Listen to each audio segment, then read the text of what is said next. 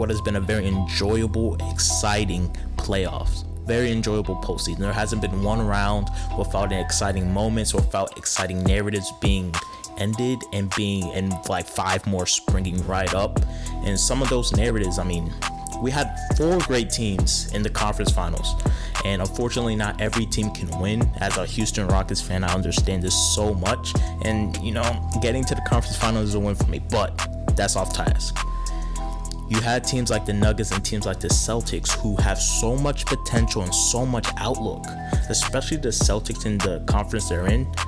A little subtle tweaks and they are in the position the Heat are in right now. For the Nuggets, their road is a little bit more strenuous as they have to get through the Clippers next year. They have to get through King James and the healthy Warriors and all that jazz.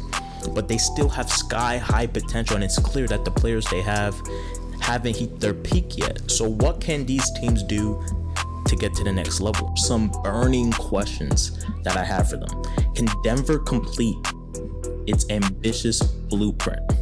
So before a quick disclaimer, right?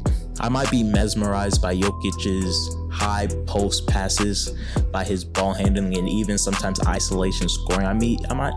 Jamal Murray, might have caught my eye with his swiveling dribbles and spins to the basket, or his pull-up threes from way downtown.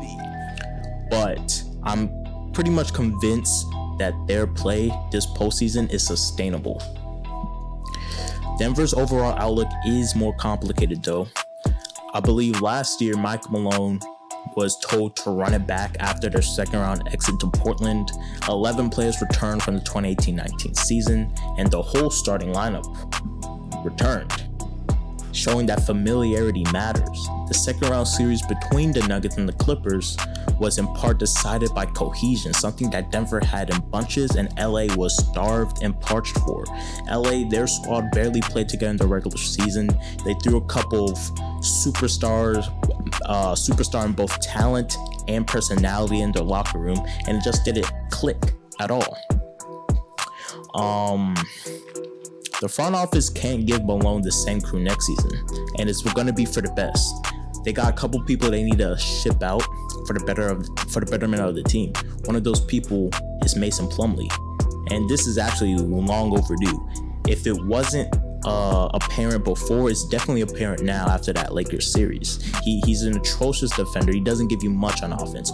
You already have a below average defender in Jokic. He's a supreme offensive talent, don't get me wrong, but defensively you already have you need to pair Jokic up or have a backup center who can give you competent and consistent defensive prowess for these playoff series, for these playoffs matchups. They had no one to match up against AD, no one to match up even against Howard, and they got feasted on. They got feasted and beasted.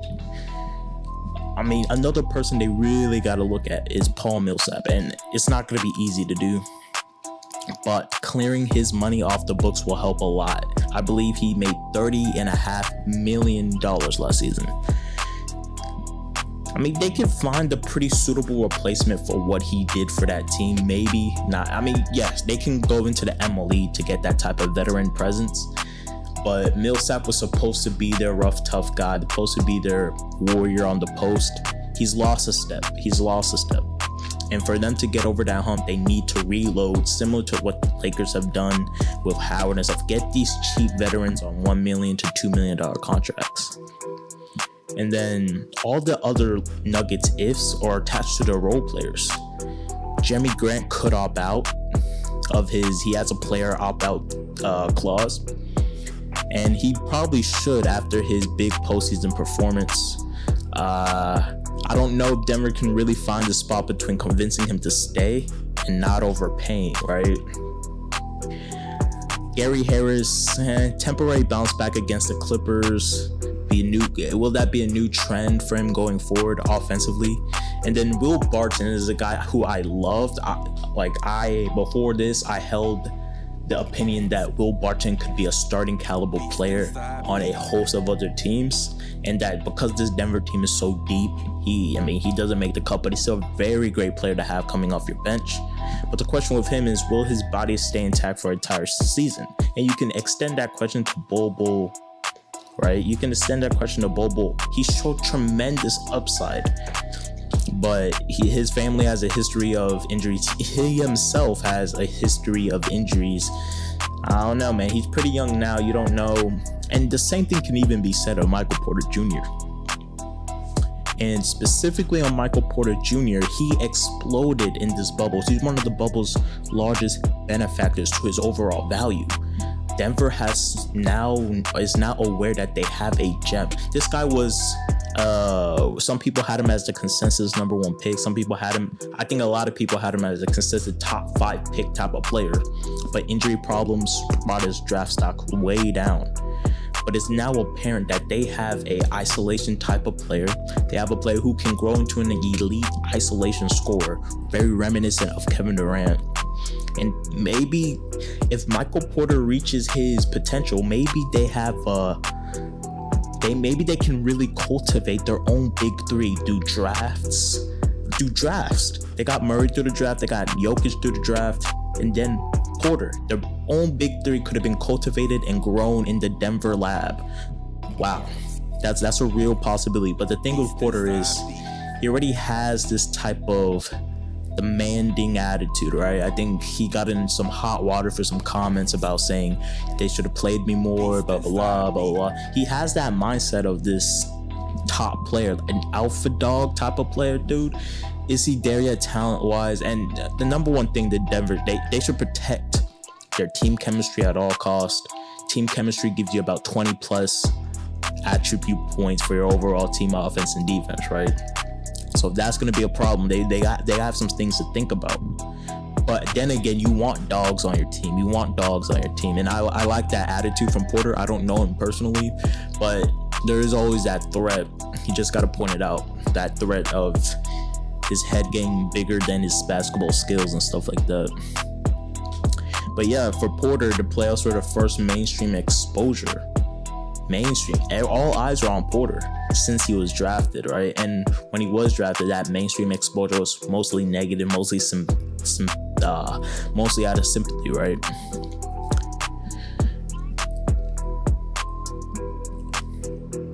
So like Denver, in short, Denver's prosperity depends on a long list of names, especially those role players, and the uncertainty with their moves and what they should do. But at least the two most constant things are Murray and Jokic. They're not just the future of the team. Specifically, Jokic is the future of the league. And with those two as your building blocks, I mean, maybe you could just slide in a bunch of mid-level guys. And I don't know. I'm not going to say that, though. Now let's move to the Celtics. The Celtics are loaded. They finished 48-24, third in the Eastern Conference, swept Philly, beat Toronto in 7, lost to Miami in 6. In this next draft, they have four individual draft picks in one round. They're loaded. You can expect some trades, man. I don't see any value in keeping those picks at all. Not even really maybe keep the first round. But their pending free agents is Hayward, Cantor, who has a player option, Wanamaker, and Taco Fall, who's restricted. And yeah, that's really all the main people. The question for this is, they found their superstar. They found their superstars because they found their core, let's say that. But the leader of this core, the best player of this core, is Jayson Tatum. And what does Jayson Tatum need to thrive? For one, it's definitely a new contract.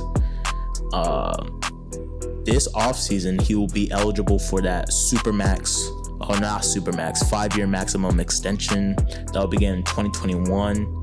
It would eat up 28% of Boston's overall cap. And we don't really know how high or low that cap's going to be with the whole Corona thing, messing with a lot of these teams' revenue. But yeah, it's a no-brainer to re-sign Tatum. So for the Celtics, besides signing Tatum, besides keeping Brown, which I think you keep Brown, and Smart, unless he's asking for some type of max contract, then you think about it. They need better front court players. They need better front court players. And I love Dice, don't get me wrong. He's an amazing guy for when you do want to go small. And he worked very serviceably for them. He did everything on the court. He played great defense. He hustled. He got them on the rolls. But it's like, I made a video about, oh my gosh, can't talk. I made a video about this earlier, right? AD and Jokic really show that you need big men to win in the postseason. You can't win, even Bam, you can throw Bam. You need an elite big man to win in the postseason. Unless you're the Warriors, right? There's exceptions to this. But for the Celtics, they were just outbodied, and it was tough. They were outbodied in the low block. They had no one to guard the rolls. Dice was just overmatched. Cantor didn't give anything on the defensive end despite his size. They need a serviceable big man who's competent in the other defense as well. I really like the cohesion of Kemba, Tatum, Brown, all those people. Boston has to find a multi-dimensional big who can stretch into the center position. The roster never properly replaced Al Horford, neither his voice or his talent. Now his contract was a good dodge. They dodged his contract. He regressed very harshly. Philadelphia made a bad move, horrible move for Philadelphia. But that type of player, if they could have that on a cheaper level, is drastically needed. Even though they can work, even if the small ball is going to be their primary option, they need to have that for matchups where they have an elite big. They need it. You can't move forward without it. I mean, especially when for the Celtics, they're gonna run against bigs all day. Giannis with the Bucks, Embiid with the Sixers, Adebayo with that ragtag team of dogs in the Heat. And next season, the Celtics are gonna have to compete with a reloaded. Actually, we don't know what I'll probably make a video about that. Possible reloaded Raptors team, KD, Kyrie, Diva team, man.